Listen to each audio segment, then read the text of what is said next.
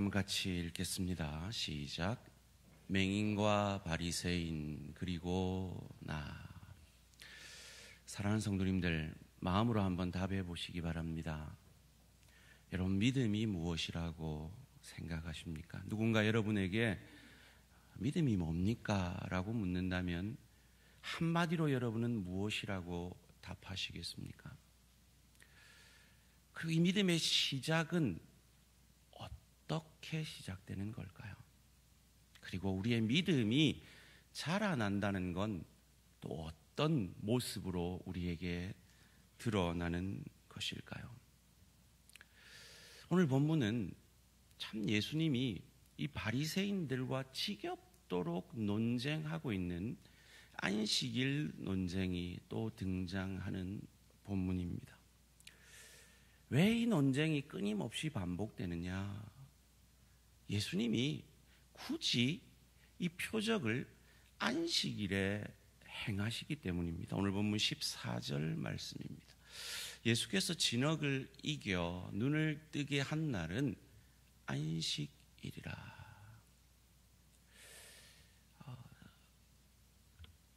베데스다 연못가에 38년 된 중풍병자를 고친 날도 안식일이었습니다. 이쯤 되면 그냥 우연히 안식일에 표적을 행하신 게 아님을 우리는 알 수 있습니다. 예수님이 의도적으로 안식일에 표적을 행하고 계심을 알 수 있는 것입니다. 왜 굳이 논란에 휘말릴 것을 알면서도, 이들이 이것 때문에 자기를 죽이려고 할 것을 알면서도 굳이 안식일에 표적을 행하는 것일까요? 이를 이해하려면 이 율법과 복음의 관계에 대해서 우리가 명확하게 알고 있어야 합니다. 여러분 한번 따라해 봅시다. 율법을 주신 것은 죄를 깨닫게 하기 위함입니다. 그것을 로마서 3장 20절이 이렇게 말하죠. 그러므로 율법의 행위로 그의 앞에 의롭다 하심을 얻을 육체가 없나니 율법으로는 죄를 깨달음이라.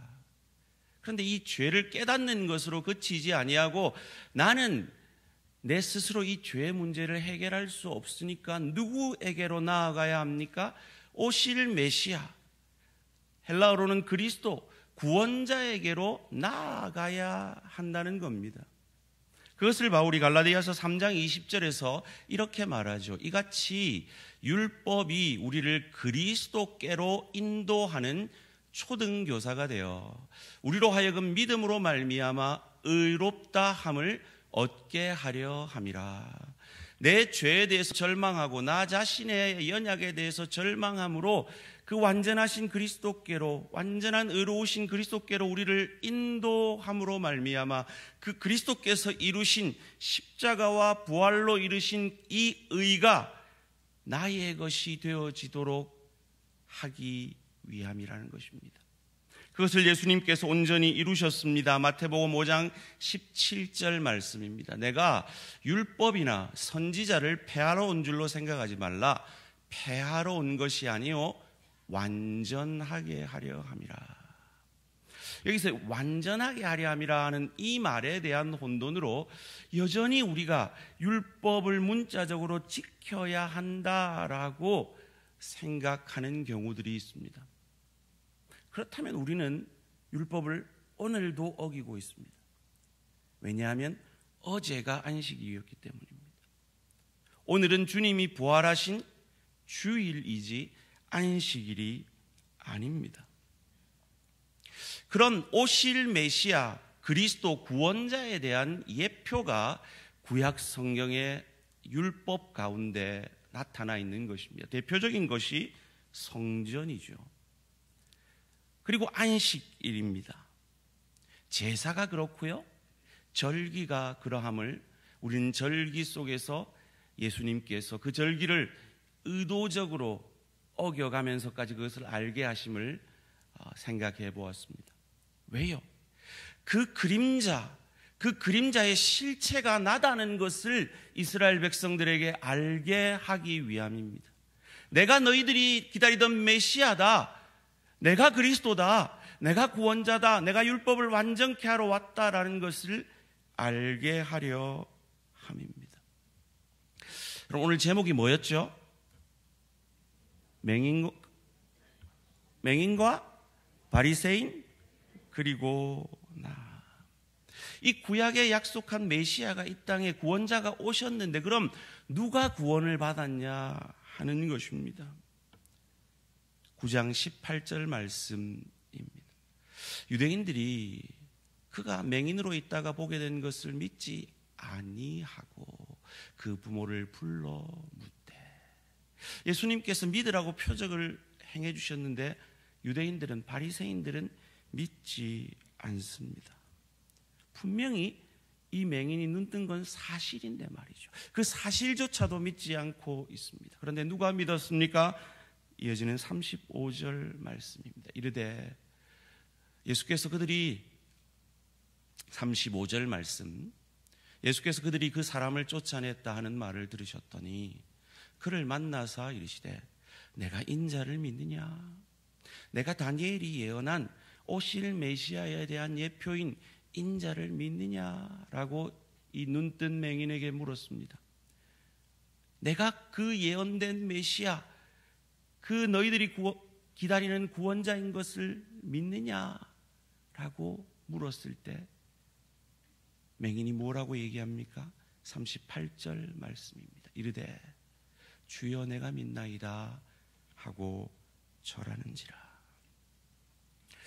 기회가 되면 바리새인들에 대해서 좀 더 상세하게 말씀을 드릴 기회가 있을 것입니다만은 한마디로 얘기하면 이들은 신학 박사들입니다. 그런데 맹인은요, 아무것도 알지 못하는 구걸하던 불쌍한 영혼이었죠. 그런데 그 똑똑한, 성경을 잘 안다고 말하는 이 신학 박사들인 바리새인들은 믿지 아니하고 맹인은 믿게 되었습니다. 도대체 이 차이를 만드는 것이 무엇일까요? 바로 의에 줄이고 목마름의 차이라는 것입니다. 맹인은 이 육적 눈이 감기어짐으로 말미암아 그를 구원해 줄 메시아를 간절히 바람으로 심령이 가난하여져서 예수를 믿고 그의 눈이 띄어졌지만, 이 바리새인들은 그들의 율법의 열심에 갇히어져서 심령이 완악하여져서 그의 영적 눈이 감기어져서 믿지 못하는, 구원을 얻지 못하는 이 아이러니가 오늘 본문의 말씀인 것입니다. 지난 시간에 말씀드린 대로 이 유대인들은 이 유대지파에게 약속한 오실 실로를 기다리고 있었습니다. 이 실로가 오면 만 백성이 그에게 복종할 것이라고 믿었기 때문입니다. 또한 다니엘이 예언한 인자를 기다리고 있었습니다. 그 인자가 오시면 열국은 무너지고 메시아의 왕국이, 하나님의 나라가 완성될 것을 믿었기 때문입니다. 그런데 그 메시아가 오셨는데 정작 그것을 믿고 이해한 사람은 영적 장님들이었던 바리새인들이 아니라 육적 장님인, 그래서 의에 줄이고 목마른 마음을 가지고 있었던 맹인이었던 것입니다. 그래서 이어지는 본문 39절에서 예수님이 이렇게 말합니다. 함께 읽습니다. 시작. 예수께서 이르시되 내가 심판하러 이 세상에 왔으니 보지 못하는 자들은 보게 하고 보는 자들은 맹인이 되게 하려 함이라 하시니. 보지 못하는 맹인은 보게 되었는데 보는 자들은, 그들이 본다고 여기는 자들은, 그들이 죄인이 아니라 의인이라고 여기는 바리새인들은 그들이 정작 영적 맹인이었던 것을 드러나게 하신 것입니다. 왜 바리새인들이 예수님을 인자로, 오실 메시아로 여기지 못했을까요? 첫째로 그들은 율법을 문자적으로만 이해를 했기 때문입니다. 그런데 이 율법의 가장 깊은 정신은 예수님께서 정의해 주셨듯이 하나님 사랑, 이웃 사랑의 정신인데, 그 정신을 잃어버리고 문자적으로만 그 율법에 매여 있었던 것이죠. 무엇보다도 이 율법은 앞서 살펴본 대로 오실 메시아에 대한 예표인데, 그 오실 메시아가 오셨는데 그 예수 그리스도를 그들이 율법의 정신을 잃어버려서 율법을 문자적으로만 이해하고 있었기 때문에 그 예수 그리스도를 알아보지 못하는 교만한 영적 장님이었기 때문입니다. 그것을 우리는 어떻게 알 수 있습니까? 다시 한번 14절 말씀으로 돌아갑니다. 예수께서 진흙을 이겨 눈을 뜨게 하신 날은 안식일이라. 그들은 이 안식일이라는 이 안식일을 문자적으로 지키는 데만 그들의 관심이 있는 겁니다. 이 안식일에 한평생 저주받은 인생과 같은 이 맹인이 눈을 뜬 이 기쁜 소식에는 그들은 전혀 관심이 없습니다. 15절 말씀입니다. 그러므로 바리새인들도 그가 어떻게 보게 되었는지를 물으니 이르되 그 사람이 진흙을 내 눈에 바르매 내가 씻고 보나이다 하니. 그리고 논란이 일어나죠. 안식일을 범한 자가 표적을 행할 리가 없다. 아니다. 이 표적을 행한 자라면 이건 뭔가 있는 자다. 자기들끼리 싸웁니다. 심지어 그의 부모에게까지 가서 따지고 묻습니다. 어떻게 해서든지 이 예수님을 흠잡으려고 말이죠.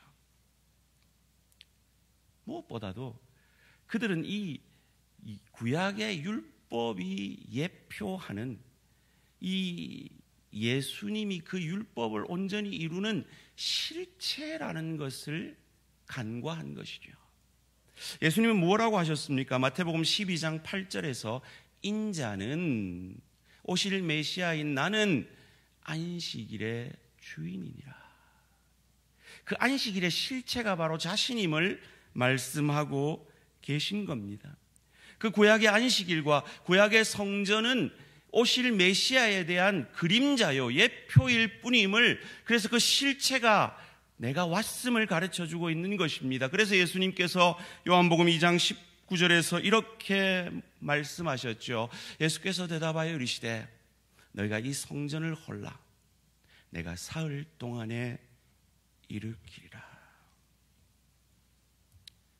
자신이 바로 성전이 예표하는 실체인 것을 가르쳐 주신 것이죠. 내가 이 율법을 완성할 메시아 그리스도 구원자니라라고 말씀하고 계신 것입니다. 그런데 왜 바리새인들은 이것을 깨닫지 못했습니까? 이어지는 본문 40절 41절에서 이렇게 말합니다. 함께 읽습니다. 시작. 바리새인 중에 예수와 함께 있던 자들이 이 말씀을 듣고 이르되 우리도 맹인인가? 예수께서 이르시되 너희가 맹인이 되었더라면 죄가 없으려니와 본다고 하니 너희 죄가 그대로 있느니라. 그들은 본다고 했기 때문에 죄가 그대로 있는 겁니다. 우리는 율법을 가졌어. 우리는 유대인이야. 우린 율법을 지키고 있어. 그러니 우리는 영적 메시아는 필요 없어. 우리는 이미 의인이야. 우리는 이미 구원받았어. 그러니까 우리가 기다리는 메시아는 우리의 그 믿음을 실체화하고 현실화할 수 있는 정치적 메시아야, 경제적 메시아야 라고 그들의 영적 눈이 가리워 있었기 때문에 그 결과가 무엇입니까? 너희 죄가 그대로 있느니라. 그런데 맹인은요, 육적 눈이 감겼던 맹인은 어떠했습니까? 오늘 보면 24절 25절 말씀입니다. 이에 그들이 맹인이었던 사람을 두 번째 불러 이르되 너는 하나님께 영광을 돌리라. 우리는 이 사람이 죄인인 줄 아노라. 대답하되 그가 죄인인지 내가 알지 못하나 자기를 출교시킬지도 모르는 그 바리새인들 앞에 이렇게 담대히 얘기하는 겁니다. 한 가지 아는 것은 내가 맹인으로 있다가 지금 보는 그것이니이다. 이 사람이 내게 와서 진흙으로 힘겹게 자기의 침을 뱉어 내 눈에 발라서 실로암에 가서 씻으라 했더니 내가 씻고 보게 된 그것만 나는 압니다. 맹인이 왜 실로암으로 갔습니까? 그가 맹인인 것을 인정했기 때문이죠. 그의 눈이 뜨여져야 한다는 것을 믿었기 때문이죠. 그런데 왜 바리새인들은 실로이신 예수님께로 실로암으로 가지 않았습니까? 그들은 눈을 뜨고 있었기 때문이죠. 그래서 영적 메시아 그리스도가 그들에게 필요 없다라고 생각했기 때문인 것입니다. 그래서 39절에서 예수님이 이렇게 말씀하신 거죠. 예수께서 이르시되 내가 심판하러 이 세상에 왔으니 보지 못하는 자들은, 내가 하나님 앞에 죄인인 것을 인정하는 자들은, 내가 영적 장님인 것을 인정하는 자들은 보게 하고, 보는 자들은, 나는 의인이라고 여기는 자들은, 나는 영적 메시아가 필요 없다라고 여기는 자들은 맹인이 되게 하시기 위해 이 땅에 오셨다라고 말씀하시는 것입니다. 사랑하는 성도님들, 여러분은 어떠하십니까? 여러분 이 맹인과 같습니까? 아니면 바리새인과 같습니까? 내가 메시아 그리스도 구원자가 필요한 죄인임을 믿으십니까?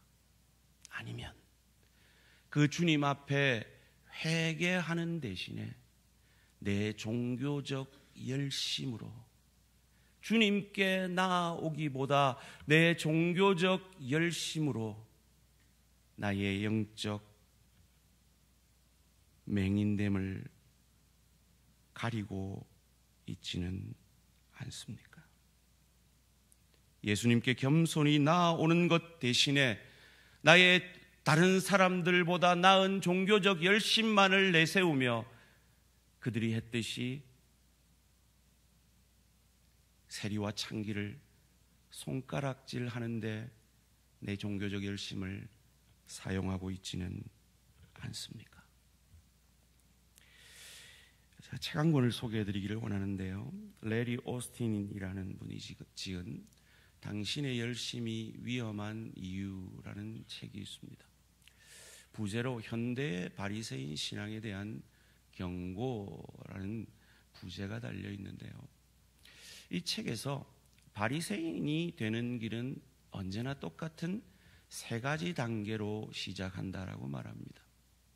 첫째로는 나 자신의 죄의 심각성과 깊이를 제대로 이해하지 못하는 데서부터 시작된다. 바로 우리가 오늘 본문 가운데 보고 있는 바리새인의 모습이죠. 거기에서 두 번째로 다른 사람의 죄에 대한 혐오감의 고조로 이어진다. 저 맹인은 자기의 죄 때문이거나 부모의 죄 때문일 거야. 저 세리와 창기와 같지 아니하는 것을 감사하나이다 라고 고백했던 바리새인들의 모습이 바로 이 모습이죠. 셋째는 지키기 어려운 예수님의 몇몇 금언만을 강조하고 그분의 연민과 긍휼 그리고 은혜를 이야기하는 말씀은 거의 무시해버리는 잘라붙이기 신학으로 자기의 종교적 열심으로 합리화한다는 것입니다. 오늘 바리새인들이 한평생 고통받았던 그 맹인이 눈뜬 것을 함께 기뻐하지 아니하고 오히려 그 맹인이 눈뜬 것을 가지고 논란하며 예수님을 정죄하려 함으로 예수님이 그에게 보여주셨던 은혜는 긍휼은 볼 수가 없는 것처럼 말이죠. 사랑하는 성도님들, 저와 여러분은 이와 같은 현대의 바리새인들은 아닙니까? 도대체 믿음이 무엇일까요? 믿음은 어디에서 시작되는 것일까요? 도대체 믿음이 자라난다는 것은 어떤 의미일까요? 그것을 바울이 그가 회심한 이후에 그의 삶을 통해 우리에게 잘 보여줍니다. 알다시피 그는 바리새인입니다. 그리고 그는 영적 눈이 감기어 있던 바리새인이었습니다. 그래서 하나님을 위하여 하나님을 핍박했던 자입니다. 그것을 다메섹 도산에서 너는 왜 나를 핍박하느냐 하는 예수님의 음성 앞에 그가 육적인 눈이 감겨짐을 통해서 비로소 깨닫게 되죠. 그는 의인이라고 여겼습니다. 하나님에 대하여 열심특심한 사람이었습니다. 그런 그가 예수를 믿고 고백한 그 고백이 믿음의 시작이 어디에서 시작되는지를 우리로 알게 합니다. 고린도전서 15장 8절 9절 말씀 함께 읽겠습니다. 시작. 맨 나중에 만삭되지 못하여 난 자 같은 내게도 보이셨느니라. 나는 사도 중에 가장 작은 자라. 나는 하나님의 교회를 박해하였으므로 사도라 칭함받기를 감당하지 못할 자니라. 이 고린도전서를 썼을 때가 AD 55년경입니다. 그는 그때 이렇게 고백합니다. 나는 사도 중에 가장 작은 자다. 그의 죄인됨을 사도 중에 가장 작은 자라고 고백합니다. 그리고 5년 뒤에 에베소서 3장 8절에서 그는 이렇게 고백합니다. 모든 성도 중에 지극히 작은 자보다 더 작은 나에게 이 은혜를 주신 것은 측량할 수 없는 그리스도의 풍성함을 이방인에게 전하게 하시고, 사도 중에 가장 작은 자라고 고백했던 그가 5년 뒤에 그 고백을 바꿉니다.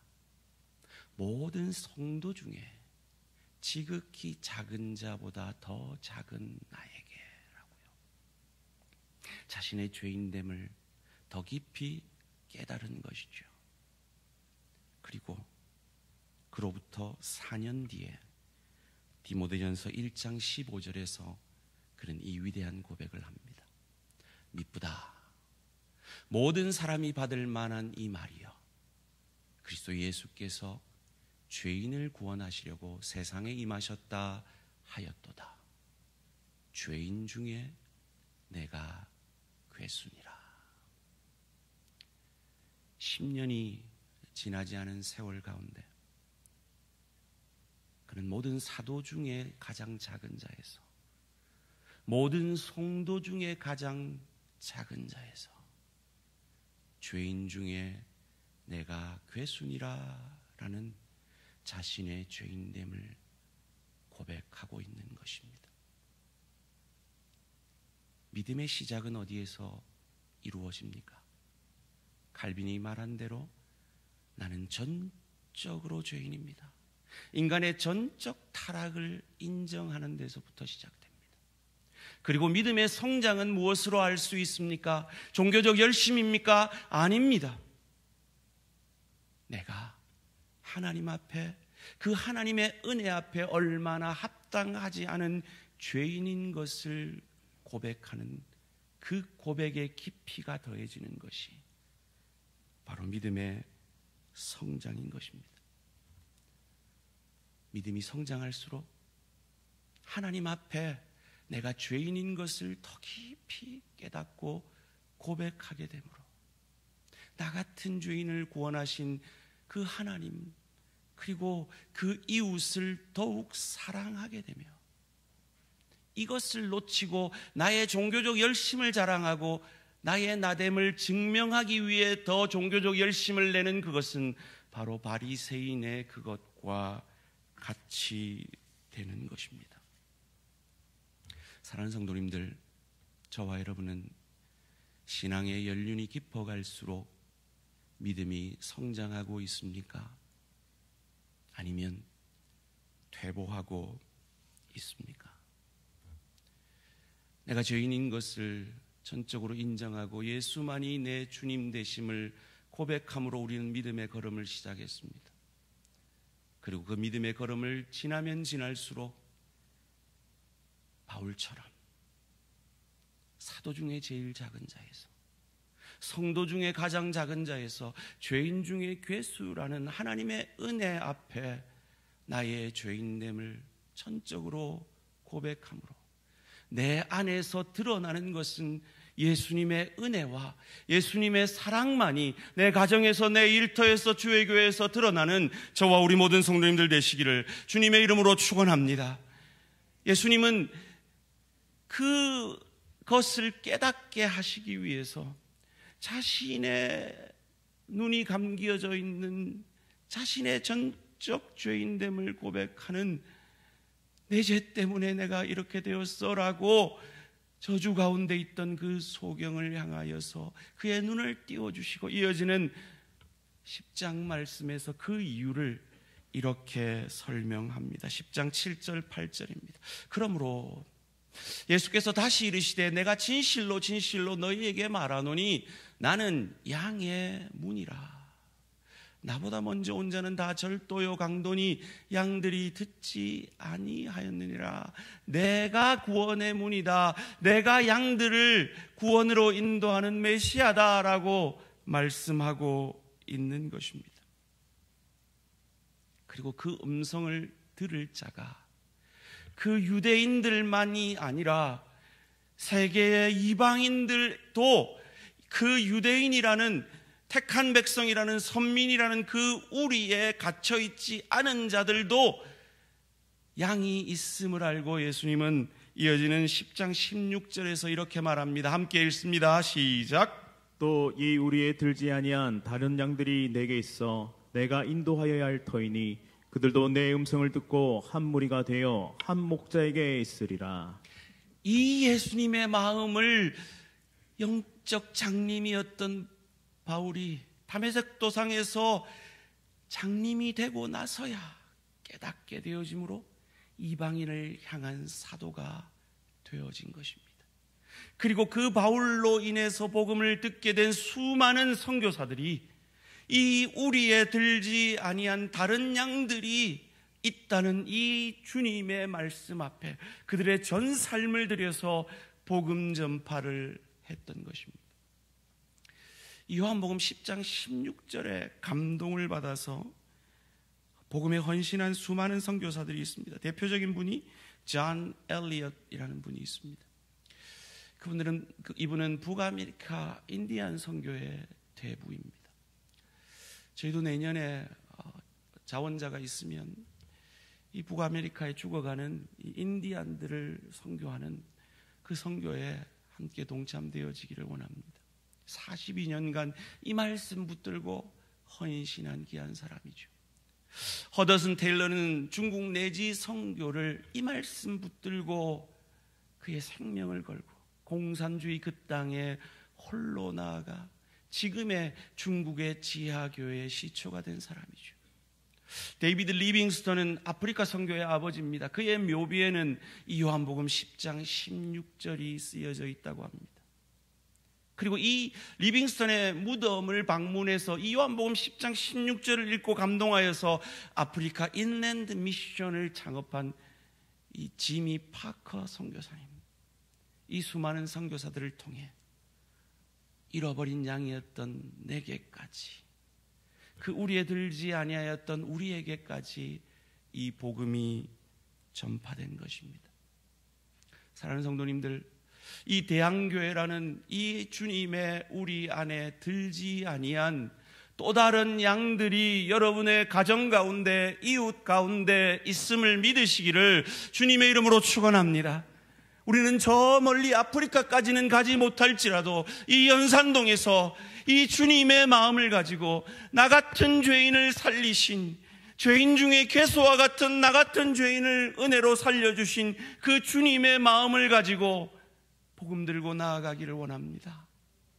그리하여서 우리에 들지 아니하는 그 주님의 양이 이 대항교회라는 영적 우리로, 이 영적 공동체로 들어와서 구원받는 그 하나님의 역사에 귀히 동참되어지는 저와 우리 모든 성도님들 되시기를 주님의 이름으로 축원합니다.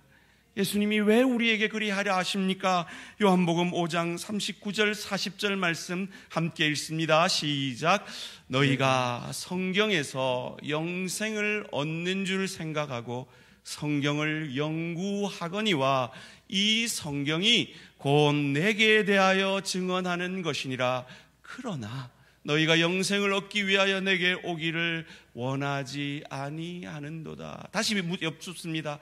구약은 누구에 관한 책이라고요?